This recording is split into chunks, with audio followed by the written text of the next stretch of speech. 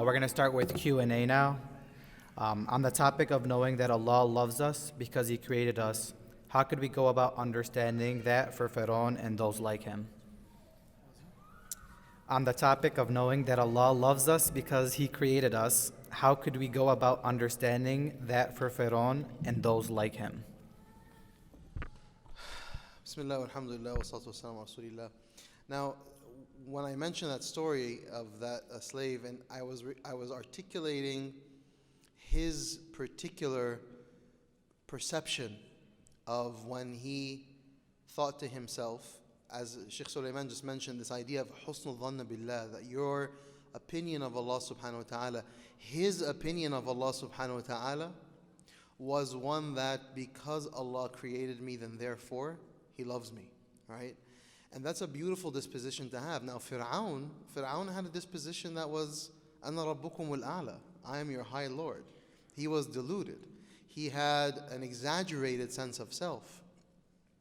And so, what we need to understand is that we are the object of divine will. We are the result of what Allah wants us to be. He wants us to exist.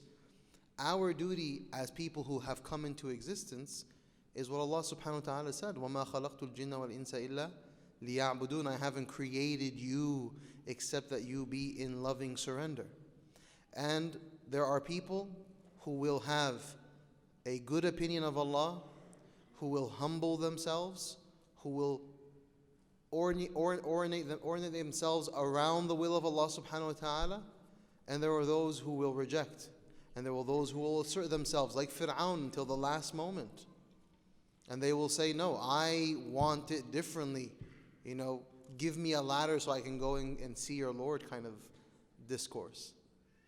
So we can certainly have a disposition of the one of, like, his name is Maymun. The slave's name in the story is Maymun. Like Maymun. We can have that disposition, have a very good opinion of Allah subhanahu wa ta'ala, learn about who He is, surrender to Him, and be, as Sheikh Suleiman mentioned, very optimistic. Al-Rasul sallallahu alayhi wa sallam kana yuhibbul fa'l. He used to love optimism. And that's why in this hadith he says, عَجَبًا لِأَمْرِ الْمُؤْمِنِ إِنَّ أَمْرَهُ كُلَّهُ خَيْرٌ. All of the affairs of, astonishing is the affair of the believer, all of the affairs of the believers are khair. The believers, those who chose to believe. When you choose to believe, you choose to trust in Allah, you choose to know Him, then you realize that yes, He does love you and you love Him. Allah. If Allah takes care of everything behind the curtain, then what is the power of dua? If Allah knows what will happen, why try change it with dua?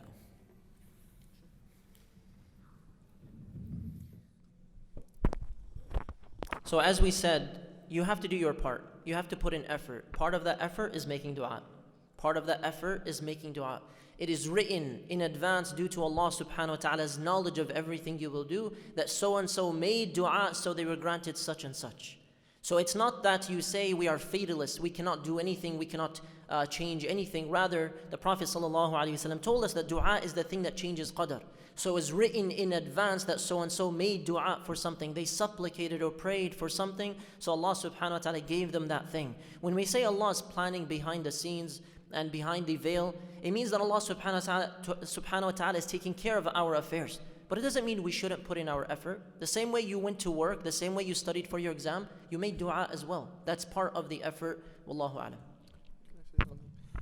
If I can just share something about dua that I think would be very useful for us all. The way we have to think about dua is it's an expression. It's us showing Allah subhanahu wa ta'ala that we realize that He is the only point of real interest and concern in our lives. That He is the only one that we really go to because we know that He is the one who resolves our affairs. Dua is when we talk to Allah. All of us, we have people in our lives that we try to talk to or that we want to talk to or that we speak to about our issues and our problems. Why? Because we get some comfort and some solace. Sometimes we know that they're not going to even do anything for us, they're just going to listen. We have to learn to talk to Allah in that way, that He is the one who will bring us all the types of relief and comfort and ease, and He is the one who controls all the affairs. So we go to Him to talk with Him, to express, to release, and to certainly ask. This, we can't, it's not as if Allah's over there and we are over here. Allah, you do your part, I'll do my part. And no, that's not how it is. It's all about being in surrender of Allah subhanahu wa ta'ala. And Allah will decree and He will. And sometimes He will give us the things that we want, and sometimes He won't.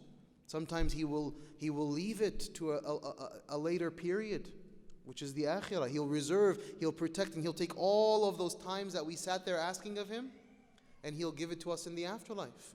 Sometimes He always hears us. And by the way, Allah commands us, Ud'uni. Call me, I answer you. Don't worry, I'm always answering you. And then Allah says, إِنَّ الَّذِينَ يَسْتَكْبِرُونَ عَنْ عِبَادَتِي. Those who don't make dua, Allah calls them mutakabbirin, those who are arrogant. He says that. Those who are arrogant about worshipping me. No, we don't want to. We humbly speak to you and ask of you because you are Allah. And as Shaykh Suleiman said, we should always be asking Allah because that's what He wants us to do towards Him. Wallahu a'lam. How can I strengthen my iman to the point where when a hardship affects me, I can be someone who immediately goes back to Allah in remembrance?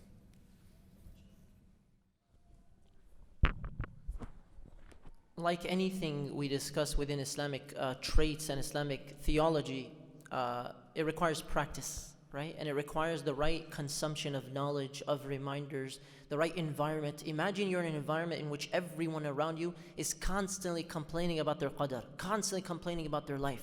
How would that impact us in terms of our perspective? Because as we all know, when someone has a lot of pessimistic energy, it tends to be contagious as well. It tends to just create this negative vibe in that gathering, in that environment.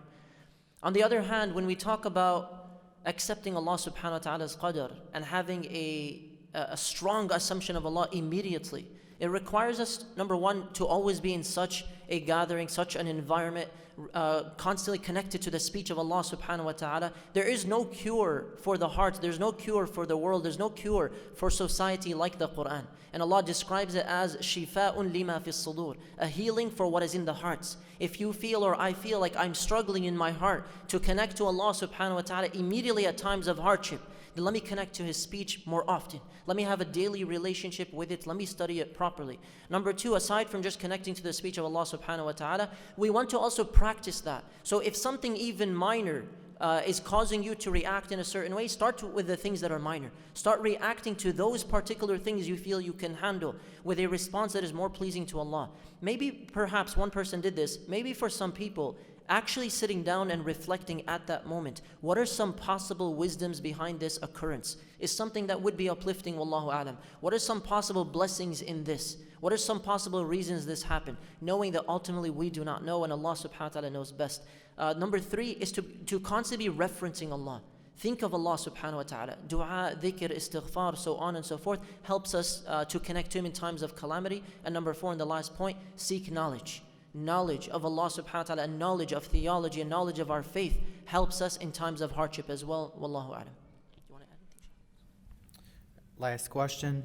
With this age of enlightenment, where people are always eager to explain why things happen, how can we train ourselves to avoid looking behind the curtain?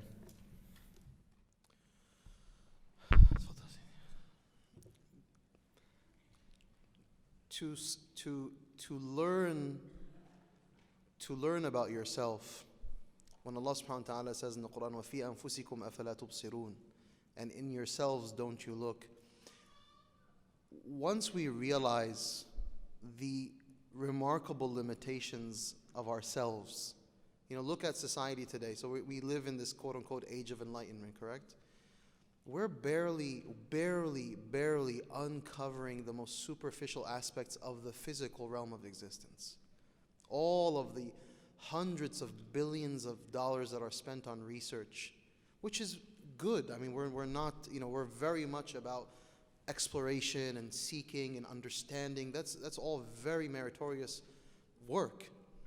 But look at all of that money that's been spent and how much has actually been discovered or uncovered. about the reality of just the physical existence of just this planet, Earth. It's not even statistically significant.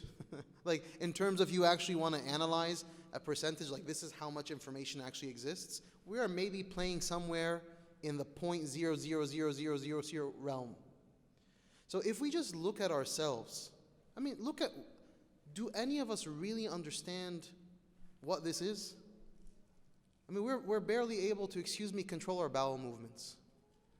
You know, do we think that we're gonna, and we're just full of a bag of stuff, mental stuff, emotional, psychological, spiritual, philosophical, bodily. There's an entire reality that's playing out. So when we take the time to actually look, we realize that we barely understand anything about anything. So what that should immediately force us to do is be what? Very humble. And not put myself in a space that I don't really belong. If I barely know anything about what I see here, then how can I begin to go to places and try to assert myself in spaces that I can't even begin to fathom?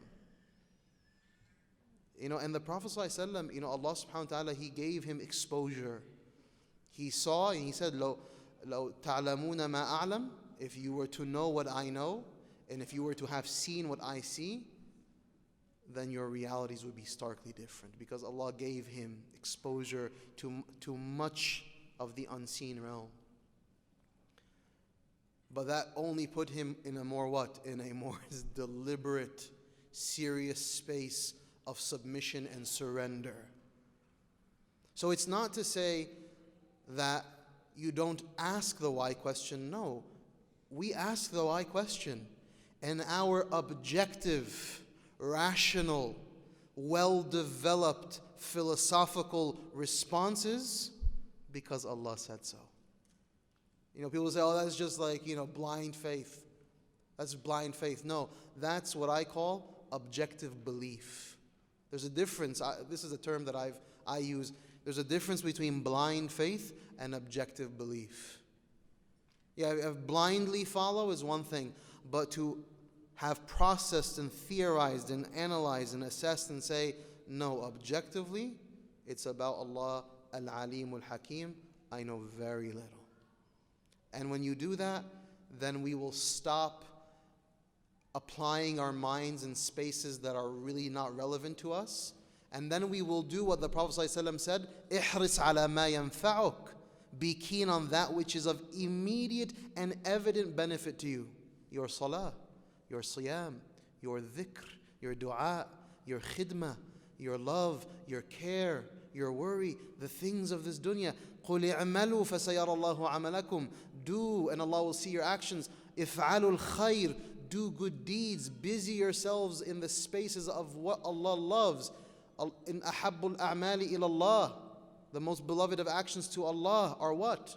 إِدْخَالُ السُّرُورِ عَلَى قَلْبِ أَخِيكَ. To bring happiness to someone's heart, to remove someone's burden, to pay off someone's debt. These are the things that Allah loves us to do and to busy ourselves with, not to spend time theoretically trying to analyze something that we don't even know where to begin to think about.